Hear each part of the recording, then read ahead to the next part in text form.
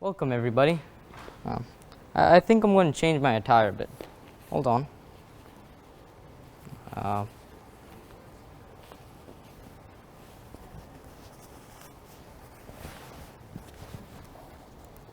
it's much better, isn't it?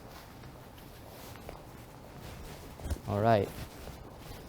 As I said, welcome everybody. Today I'm going to talk a little something about change. Now, a change is basically a universal word for survival. As Charles Darwin once said, it's not the strongest of species that survives, nor the most intelligent of species that survives. It is the one that is most adaptable to change. So we see, from primitive times to today's technological world, change plays a vital role in human survival and development. I actually chose this topic after listening to a beautiful line from foreign language, which says, Matram onre maradadum. Change is the only thing that never changes. Quite simple, but has immense meaning when adapting to it. Now, I want to ask all of you over here, how many of you here can say that you are changing with the times? Obviously, more than 90% of you would shout, yes. I mean, look at us.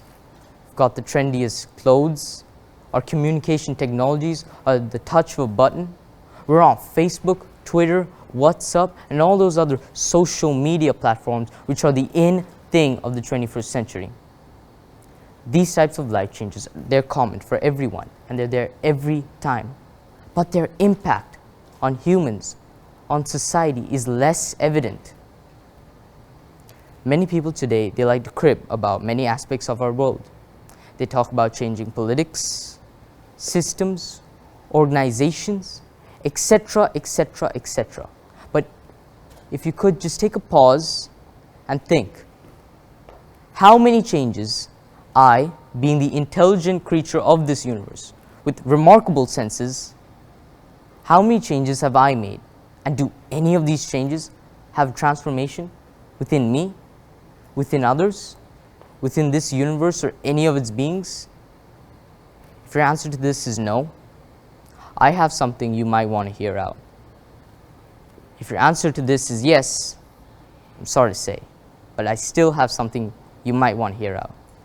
Because you just might make me change for a change. Now, before I go talking about change, what is it? In layman's terms, change is basically a switch from one thing to another. And most of us here have gone through some type of change. Now, what type of change exactly did we go through is the question. Let me tell a simple fable about this negative change. You see, there was this bee. It was the hardest worker in its colony. Hardest worker as in it would work every day in the morning, rejuvenate nectar into honey, store it and the pollen safe and sound, and patiently await for the next batch. And that would be his day, for every day in his life. And because of that, he was loved by everybody. He was a bee idol. Now, one day, this so-called bee idol, he met a hoard of honey, just for himself, lying around. And this honey tempted him so much into thinking that it would be enough for a lifetime. So he skipped all of his daily duties and went about gobbling enormous amounts of honey until it was over. And after realizing his mistake, he came flying back home to his old hive, only to see that all his occupations had been filled up by other bees, and that the hive totally rebuked him. Now, I know, it's a sad story, but as you see, that small change in the bee's life cost him a lot of hardships and troubles. If the bee just thought about how his future would be affected, maybe his situation now would be much better. That's what you mean by change for a change. Even when you make a change, make a conscious decision, considering the positives, the negatives, the advantages, the disadvantages of all your changes, and only then success will be tasted. And don't forget the consequences. Examine whether those consequences are good or bad, worthy at the end or worthless.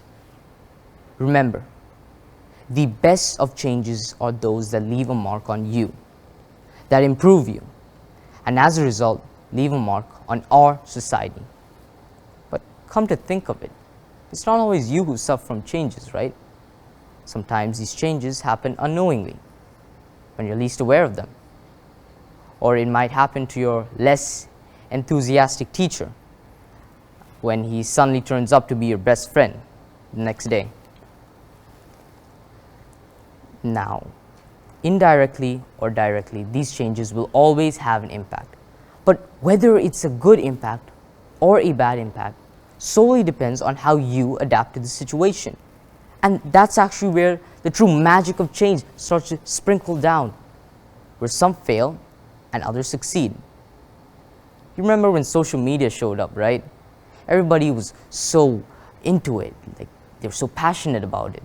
They loved how you could talk to people across cities and miles away. Everybody wanted to be a part of it. But can we say that everybody achieved success through it? I know. It'd be crazy to think that you could achieve success with something like social media. But few people did. Good old Amazon, Souk.com, Alibaba, the vloggers and bloggers who make up the internet, they saw this as a chance and they seized it to make a remarkable success. We have the YouTubers and the movie makers. They saw this as a literal window of opportunity to showcase their talents and in the end leave an impression on the world. And that's what they did. But what we commoners do with social media, it's actually far more creative. We wake up in the morning, we like to post a picture of ourselves. We get into comfy clothes, still we post a picture of ourselves. We have our meals right before us, and even while we're starving, we like to post a picture of that too. And if it's some partying going on, especially if it's some partying, we take a few pics of that. And even when we have our whole bodies thrashed to the ground, we still take a picture of ourselves. Because likes and comments, right? Everybody loves that. Sadly, this creative effort is not going to give them any productive benefit. But look at the people who did get one. They changed this world. They made a mark on it. And those people show the difference. The difference that for any change to be successful and efficient, use all of your resources.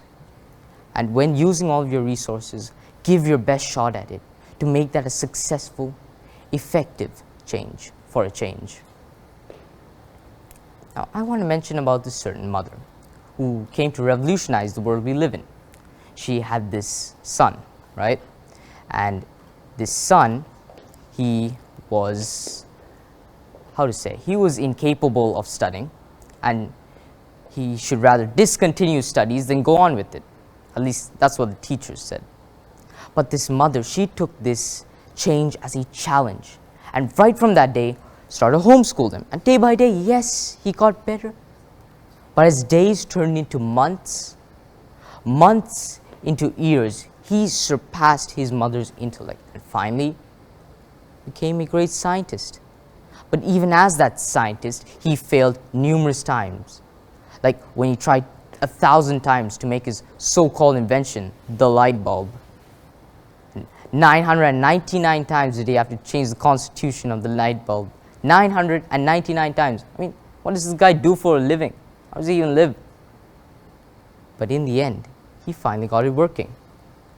And this paved the way for many, many inventions.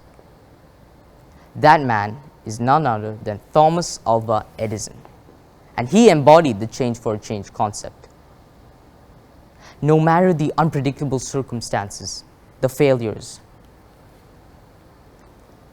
a conscious vision and a focus will always do wonders beyond comprehension. Don't fear for what's about to be brought by change. A focus and a plan will always give you the right results.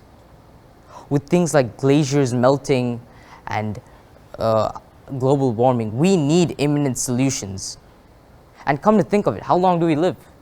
50 years, 90 years, 100 maybe? So I want to ask you now and here, what's that big change you're going to do? No. What's that small change you're going to do that's going to leave a mark on this world? Hold on a second. This change over here, it doesn't have any impact, but I'm looking forward to your changes that are going to have a great transformation. Thank you.